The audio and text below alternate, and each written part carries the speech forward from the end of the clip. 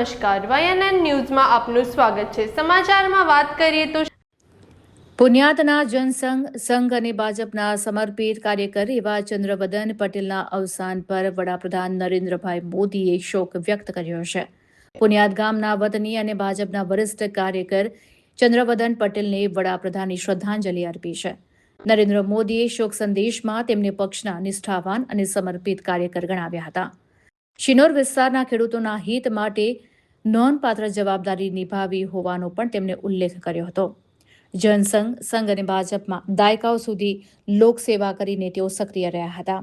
તેમની વિદાયથી પક્ષે સાચા અને નિષ્ઠાવાન કાર્યકરની ખોટ અનુભવી હોવાનું વડાપ્રધાને જણાવ્યું હતું।